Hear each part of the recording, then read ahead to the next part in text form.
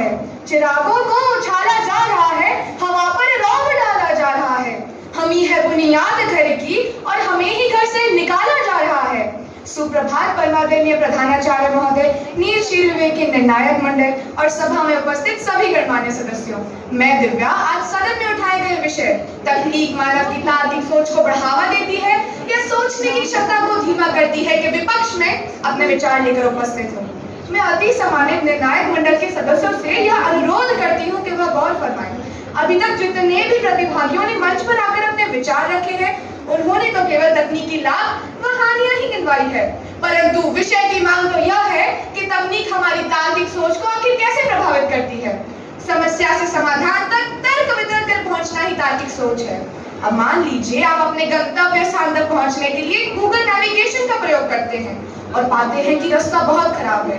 बस इतनी सी जानकारी मिलते ही आप तुरंत अपना रास्ता बदल अन्य विकल्प चुन लेते हैं, तो क्या यह तार्किक सोच का उदाहरण नहीं?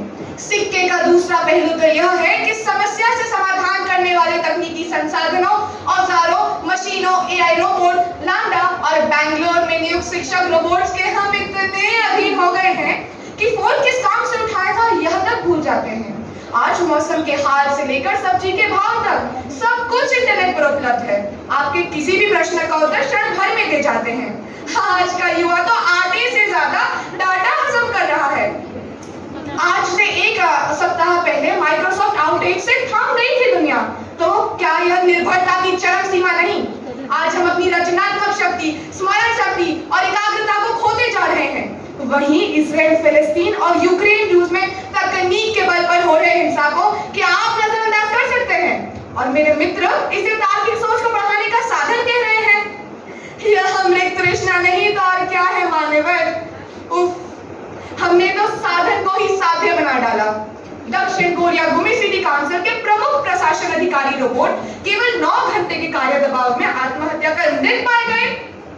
मैं मेरे विपक्षी पक्ष से यह पूछना चाहूंगी कि क्या ऐसे हास्यास्पद समाचार हमारी तार्किक सोच को विस्तार देंगे या हमें नकारात्मकता व आलस्य की गहरी खाई में फेंक देंगे?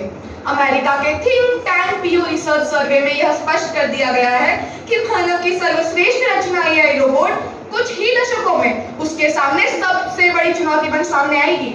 मेरे पक्षी मित्रों के जलते तवों पर आंकड़ों के कुछ ठंडी छींटे डालते हुए मैं यह बताना चाहूंगी कि आज 88% लोग सोने से पहले और उठने के बाद सबसे पहले अपना मोबाइल देखते हैं।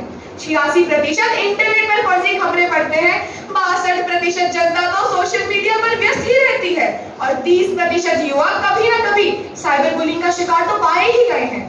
दुनिया भर के ई स्कैम, ई फ्रॉड नित्य नए लोगों के भांति सामने आ रहे हैं। एआई रोबोट ने कितने ही कारीगरों के हाथ तक काट दिए, फिर भी मेरे मित्र आलस्य की चिर निद्रा में गुमनाम मानव को तकनीक से तार्किक सोच को बढ़ावा देने की बार-बार दुहाई देते हैं।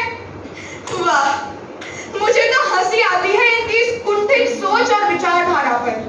समय की सीमा को नजरअंदाज ना करते हुए मैं बस इतना ही कहूंगी कि किनारों से लहरें गिरने वाले कब समंदर का सफर तय करते हैं।